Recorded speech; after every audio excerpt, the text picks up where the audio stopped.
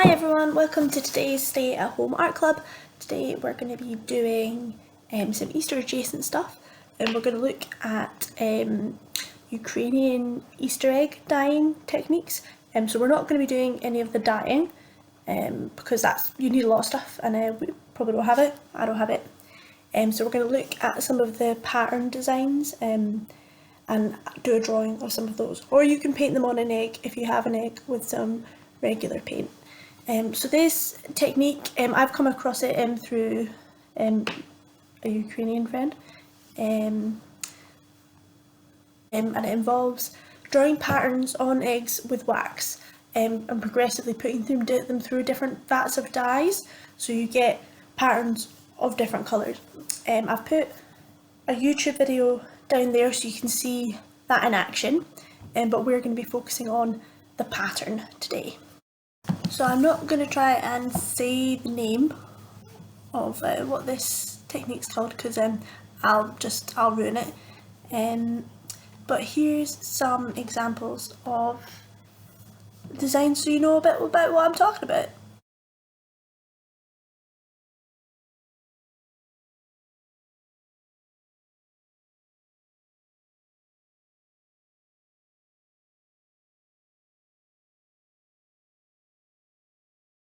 So those look quite complicated, but here are some that are a bit more simple and geometric.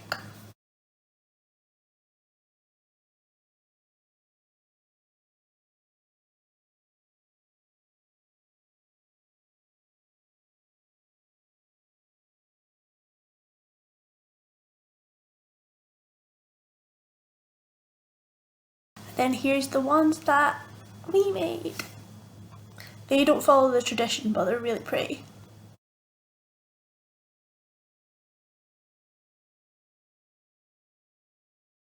Okie dokie, so they're quite complicated patterns, but there is a real step-by-step process you can follow. So I'm going to do one in this video, talking you through it basically, but if you want to get really in depth, there's a website I've put in the bit below. I think it's called psiankadesigns.info, and that's everything you could ever want to know about this and more, and it's got step-by-step guides, so I'd really recommend looking at that, and it's got a bit of history beside it, and maybe if you want to order a kit or something, they've got all of it, so have a wee look in there because it's better than I can ever explain it.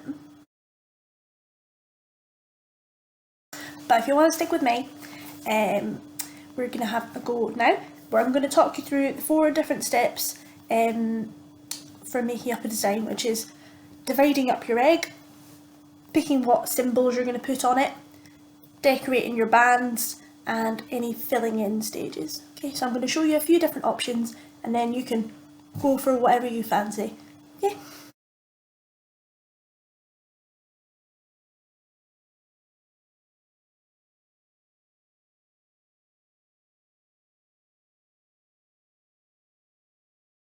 Okie dokie, so our first step is to either draw an egg shape. We're going to be going for a full page one, but instead I've just drawn these small ones for little demonstrations. And if you look at them, for an egg, it's bigger at the bottom and a little bit narrower at the top. And then as you can see with this one, I haven't got it right first time. I've taken my pencil around it a few times until I get it the vague sort of shape I want, and then I'll rub it out.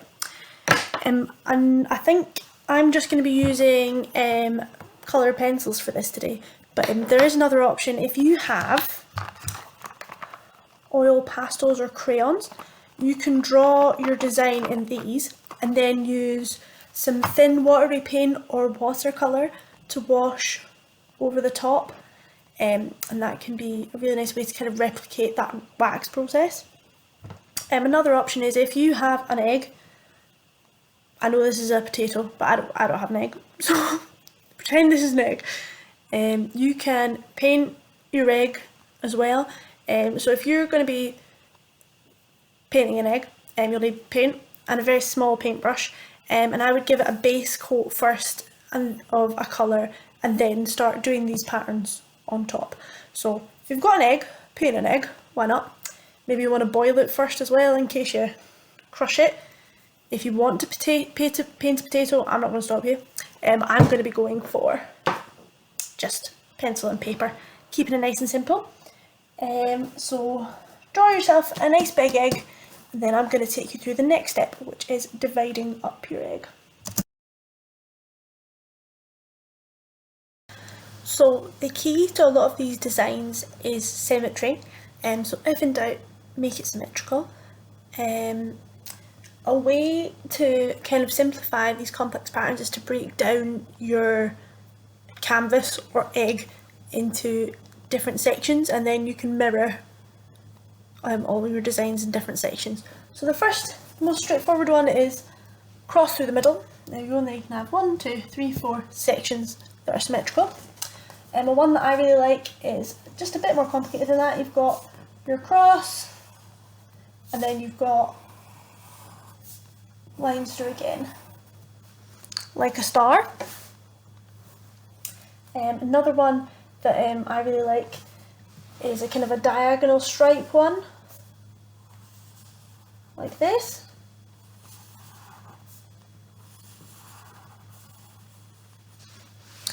And then finally, just with a nod to Easter,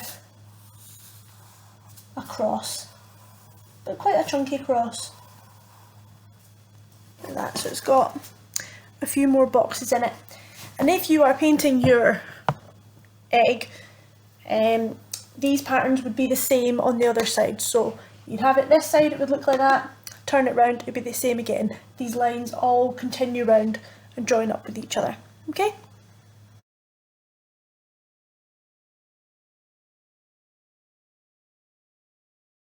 So if you have a design that has any bands in it, so the only design I have really with bands in it is this one. I could put some bands into this one, I could make all of these into chunky bands, but I'm not going to. If you have bands in here, quite often they're filled with little patterns. So there's a link in the bottom bit to that. But I think you can do some nice zigzags, wavy lines, any kind of repetitive pattern to fill that space is really nice. Even if you do maybe little waves along the bottom and lines at the top, that can look really nice. Or a series of little flowers, but in there it's going to be really delicate. But you only need to do that if you've got a design with these big chunky lines in, and you don't need to do it for these ones or these ones.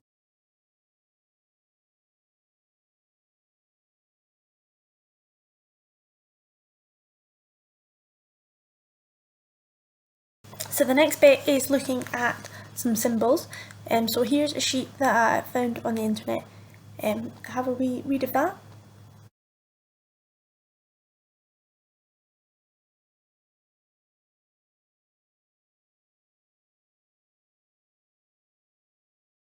So let's have a look at how we can fit symbols into our divisions. So a lot of these pictures have a kind of a traditional meaning, but don't worry or feel you have to get too attached to those. You can just go for what you think looks nice. So I've started here with a kind of flower pattern, and I've just done one around each of the division lines. So I've got one there, and one there. And then if I'm going to add, I want a bit more symmetry, so I'm going to put another one in here, and then do one across from it. I'm trying to keep them roughly the same size, but you don't have to. Can end up with a nice flower. Here I've gone for one of these kind of star sun shapes by just drawing a triangle into each of these divisions like that. That can end up really nice.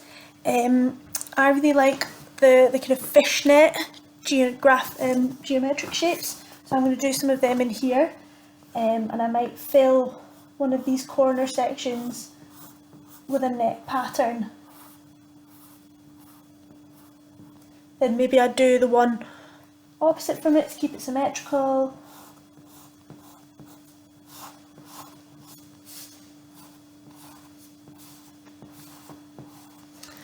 I also really like the little horse shapes. I think they're really nice.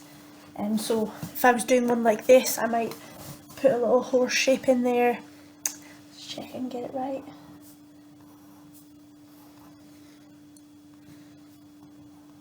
I quite like them because they're quite nice, simple shapes. It doesn't matter if you get them too wrong, they still look nice. So there's my slightly wonky horse, but I think he looks nice, so that's good enough for me. I'd maybe do a few of those in there, maybe with some more flowers. There's some nice swirl patterns that are really nice as well, so you can maybe do horses and swirls.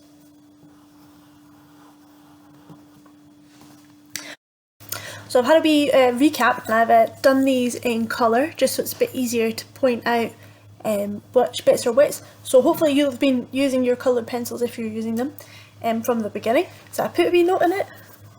Okay, so I've got my nice red star here with a smaller blue star inside.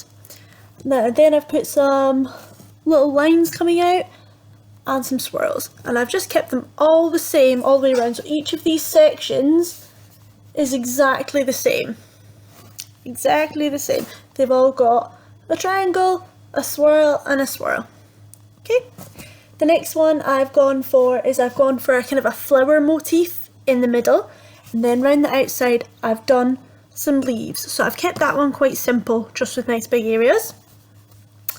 I've got my one down here with my fishing nets. I've got a sun in the middle, got some nice triangles. So I've got my nets on each corner, triangles up and across from each other, and then I've got some ears of wheat in here. So it's, you know, it's the planting of the harvest, everything's coming to life again and all that jazz. So that one's, I've kept that all the one colour as well, so that can be quite nice if you just use one colour. And then my last one, probably my most complicated one, I've gone for the iron brew colours, and I've added some extra bands in. So I've got a kind of a vine band with this kind of, I suppose you'd normally call it a herringbone pattern, I think, but I think it's meant to be a vine in this sort of tradition. Some dots, some little lines, so quite simple stuff, and then again some nice kind of sticks of wheat at the top and the bottom. So again, this side is reflected in this side, and then I've got my horsey and my swirls, and then I've got the beginning of a horse and an end of a horse here, just to show that it's going all the way around the egg. So hopefully that's made it a bit clearer. If you need any more ideas, have a wee look at that website and that sheet, and just remember you're reflecting each thing in each corner, and if you stick to that rule, it'll look great.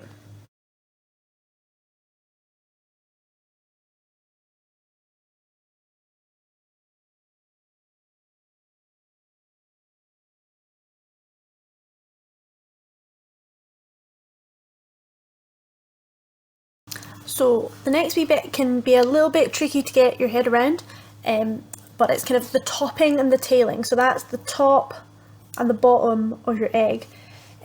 So when we're thinking about this on a picture, whatever is going to be on this bit of your egg is going to show on the front. Okay, so if you're wanting to keep it really traditional, you can do this. If you don't want to and it just seems like a bit of extra effort, skip along, you don't need to do this. But if you're thinking about what you want to be doing on the top of your egg, a lot of your dividing lines are going to come into a big cross. So I would recommend doing a star or something on the top of your egg. So a bit like this one or this one, but on the top. Okay, so if I was imagining, if I had a star on the top here, I would be getting triangles coming down. So I'd be getting triangles here and here, and if they were on the bottom of my egg, they'd also be coming up from the other side. So it'll be coming up a bit of a bigger section on the bottom, so it'll probably be about here and here. And you see how that just kind of fills out that design, and then I would probably repeat these sections I've got here just for that symmetry again. So I'm going to get my colours in, and I'm going to be having my lines coming out and my swirls.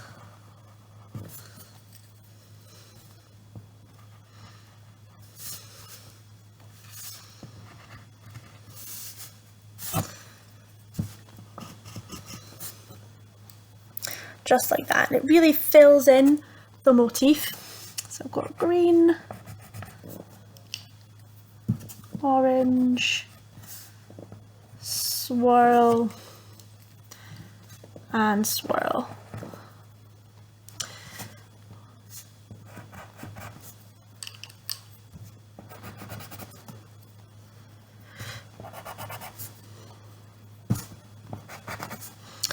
And then you've got a really full egg. You've got a really nice, and what looks like a really complicated pattern, but all you've been doing is reflecting. So I'd be having the same on this one. I'd be having my green getting matched up here, my leaf, like that, with my red. So I'm not holding my red, I'm holding my orange. Like that. And then we've got green joining in and red. So we're just getting a more complete picture. So if you're painting an egg, you're just going to be doing the same thing on the top, but if you're doing a drawing, we're just filling in these little tops and bottoms. Okay, give that a go if you want to. If it feels like too much hassle, just leave it. Alrighty, the next bit is filling in. Okie dokie, so I'll talk you through what I've done with each of these. So, starting with this guy. So I've left my middle section blank. I've then coloured these sections in just completely block, and then I used a little bit of watercolour over here. So depending on what kind of pencils you've used, I've got quite waxy pencils, so actually they've stood up quite well to quite watery paint, so I could just wash right over them. Similarly, if you were using crayon, you could do that as well, but it might be as hard to get the fine lines. So that's quite a straightforward one because I haven't done any pattern, I've just really blocked things in. If you're wanting a bit more complicated, on this one, I've done some block colouring in for my background and for this section here. In this middle bit, I've done a little pattern of alternating lines and dots, and that's quite nice. It looks like, you know those feather cakes you get from the bakers? I don't really know what they're called apart from feather cakes, but they're quite those. And I've also done some frills around the edge, so it's just a bit of a scallop, like that, with a bit of a solid line underneath to give it some definition. And I've gone in again and done another scallop on top of that, and then I've coloured in that top layer.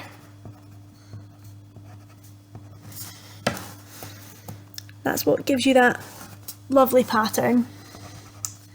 I really like that one. I think that's a really nice one to do. Yeah, so bits of pattern and bits of block colour, it's good to have a bit of both. Moving on to my next one, this nice red one. I've kind of made this into a checkerboard, so I've been colouring in every second one. You need to really concentrate for this, because I kept colouring in the wrong ones and it kind of ruins the effect. So just each coloured one wants to be surrounded by 4 uncoloured ones. You get that nice checkerboard effect. I've also block coloured in these sections, just to kind of break it up a bit, otherwise it'd be a bit too busy. I've left these bits plain.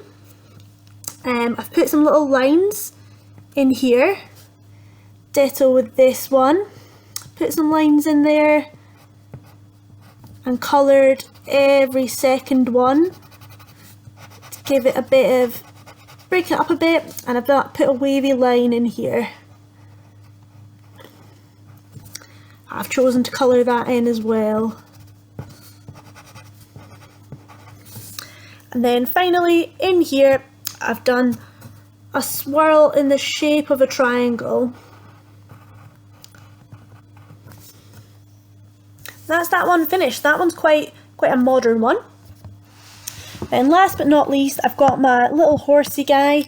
So for my horsey guy, I've coloured him in nice and block. You could also leave him white.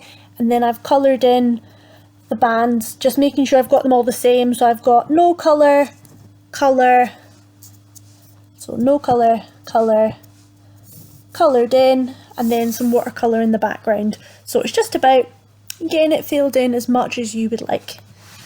Okay. You can also use this time to kind of glam up any leftover lines you have, like I did with these. That was just a plain line and then I added some wavy bits to the side. So I hope you guys have found that okay. In the next one I've drawn out all the different... Oh sorry, somebody's drilling upstairs. Oh, it's over. Okay, so I've drawn out lots of different lines and symbols so you can have a wee look through that as you're thinking, and I hope you get on okay.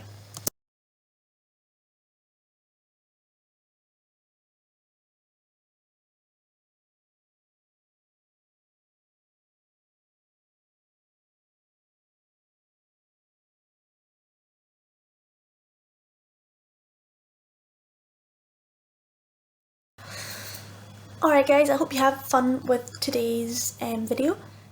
I'm going to leave you with a vaguely Easter joke. Why are eggs bad at telling jokes? Because they keep cracking up halfway through. I'm really sorry, turns out there's no good jokes about eggs. But I hope you have a lovely weekend. Stay inside even though I think the weather's quite nice. Keep washing your hands and just try and stay safe.